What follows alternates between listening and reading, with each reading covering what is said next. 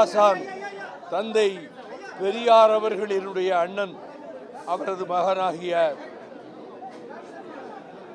ஈ.கே. இளங்கோவன் அவர்கள், ஈ.கே. சம்பத் அவர்கள் ஈடு இணையற்ற ஒரு சொற்பொழிவாளர், அப்படிப்பட்ட ஒரு வசீகரம் நிறைந்தவர். அவரது மகன் ஈ.கே.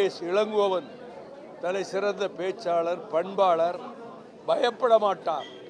எந்த ஆபத்து வந்தாலும் எந்த எதிர்ப்பு வந்தாலும் பயப்பட மாட்டார்.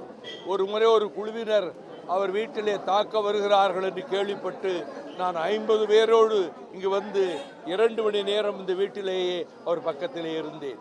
அவர் இன்னும் பல ஆண்டுகள் வாழ்ந்து தமிழ்நாட்டினுடைய அரசியலுக்கு, பொது வாழ்வுக்கு பெருஞ்சிறப்பு சேர்ப்பார், காங்கிரஸ் கட்சியை வலுப்படுத்த பாடுபடுவார் என்று எண்ணியிருந்த நேரத்தில் அவர் இப்படி யாரும் எதிர்பாராத சூழலில் சில நாட்களுக்கு முன்னால் கூட அவரோடு மேடையிலே உட்கார்ந்திருந்தேன்.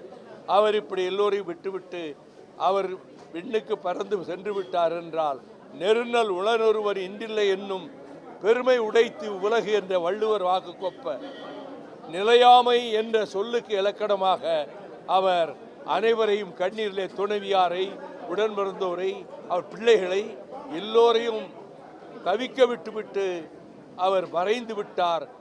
இது காங்கிரஸ் கட்சிக்கு மட்டுமல்ல, தமிழகத்தினுடைய அரசியலுக்கே பேரிழப்பு என்று கூறி அவருக்கு, அவரது குடும்பத்தினருக்கு நான் மறுமலர்ச்சி திராவிட முன்னேற்ற கழகத்தின் சார்பில் என் ஆழ்ந்த கண்ணீர் அஞ்சலியை தெரிவித்துக் கொள்கிறேன்.